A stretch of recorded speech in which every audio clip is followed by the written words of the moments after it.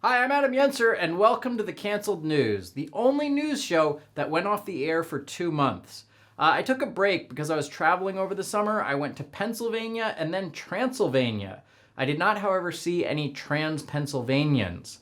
But my trip to Transylvania was amazing. I visited several castles, which were beautiful, but they claim all of them are Dracula's castle, even though Dracula never existed and none of them are Dracula's castle. They might as well at least mix it up a little and say this one is Count Chocula's castle, and this is where Bowser from Mario grew up. But now I'm back in Los Angeles and I'll be doing weekly episodes again, so please be sure to like and subscribe because I lost 2 subscribers over the summer, and at this rate, I'll be down to 0 if I take 63 more years off.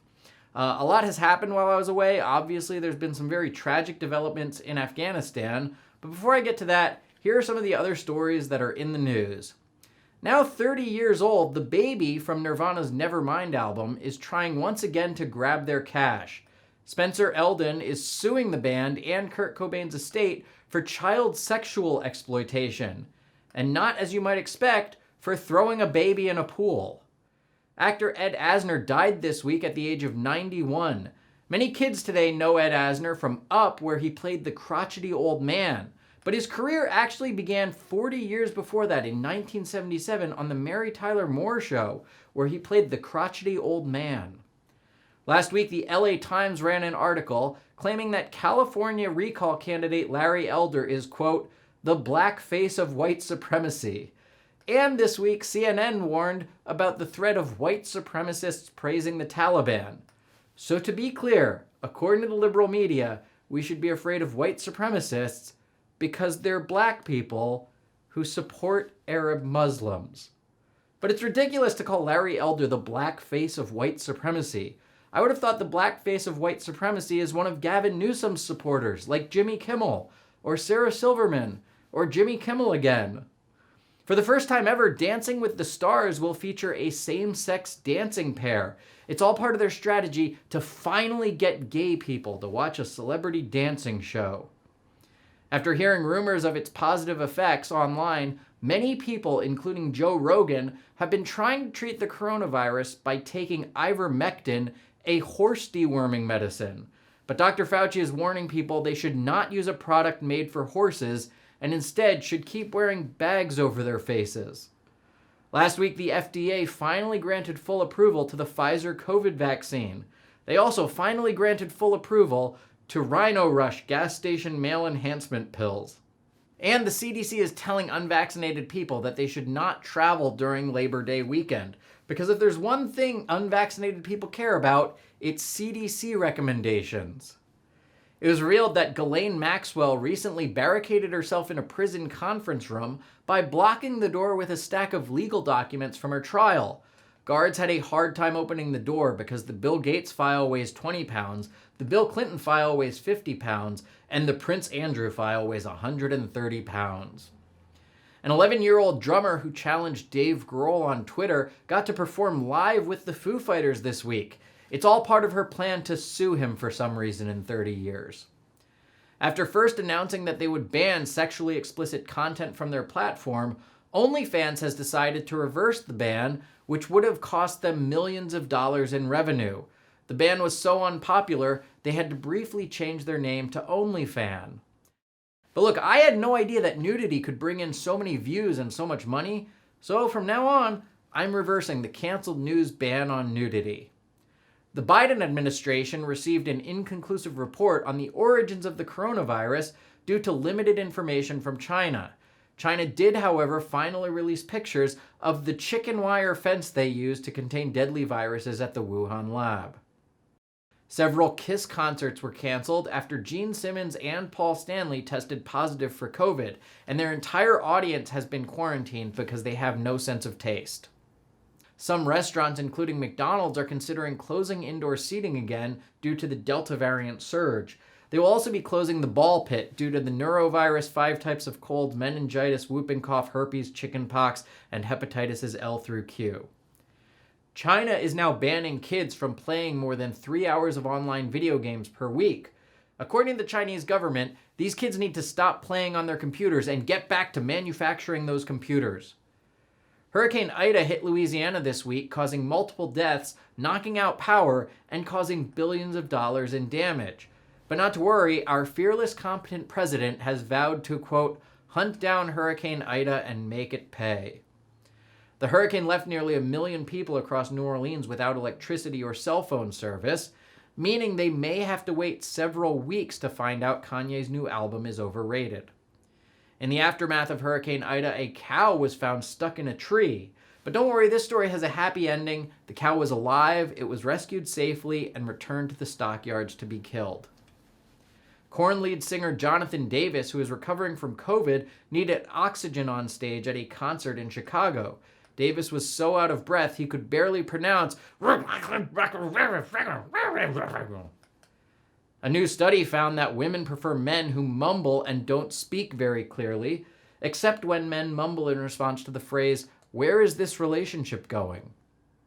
A North Carolina mother is suing the TSA for requesting to strip search her transgender daughter.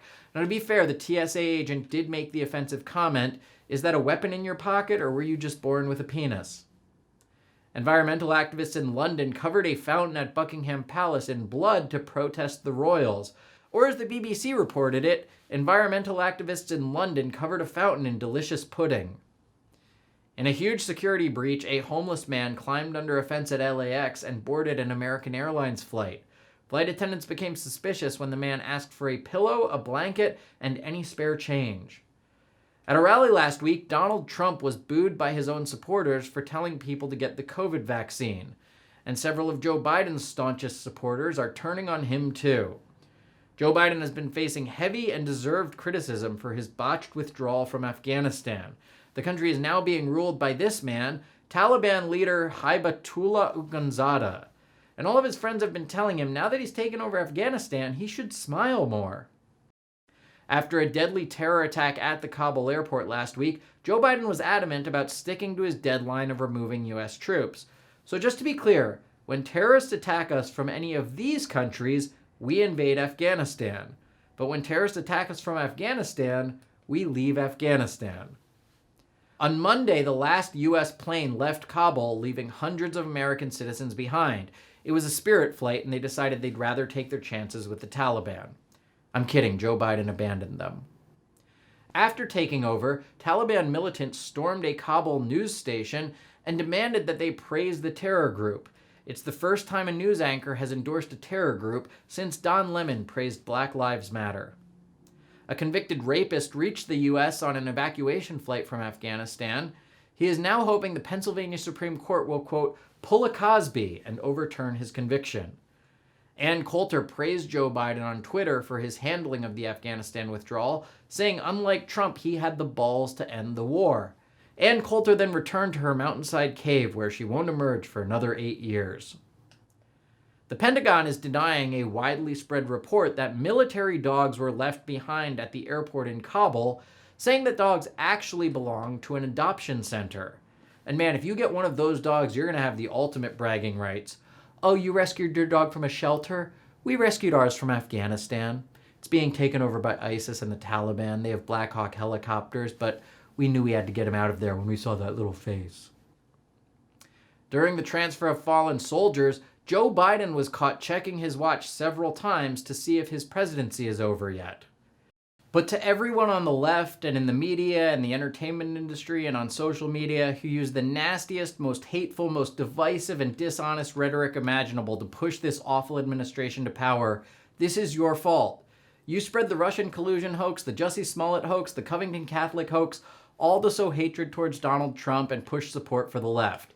In the first months of Trump's presidency, you blamed him for the string of Jewish center bomb threats, even though they all turned out to be hoaxes phoned in by leftists.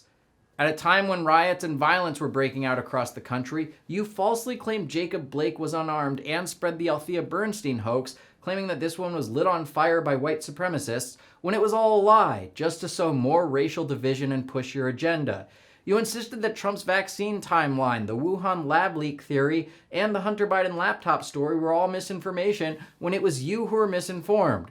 You falsely convinced voters that Trump never condemned white supremacy. You labeled the mobs that burned down our streets and caused widespread destruction mostly peaceful. And you supported Marxist violence and divisive racial narratives to intimidate this nation into voting for this incompetent and misguided president. You called every black conservative a token, an Uncle Tom, and worse, all while you hypocritically claimed to be anti-racist. You fawned over Andrew Cuomo, and you tried to silence, cancel, and fire everyone with whom you disagreed. Well, this is the result. This is the world now. A country handed over to terrorists, dead and stranded Americans in Afghanistan. Our Afghan allies are being tortured and beheaded. Their daughters are being kidnapped. Women are being oppressed. And to top it all off, Biden missed his vaccination deadline. COVID numbers are just as high as last August. There are still kids in cages. The border crisis is worse than ever. And that dumb Nirvana kid is suing Kurt Kobain even though he's been dead for 25 years. I lifted the nudity ban. We don't have to censor it. We can show his pee-pee. What's that? Oh, crap. Now that little dick is suing me.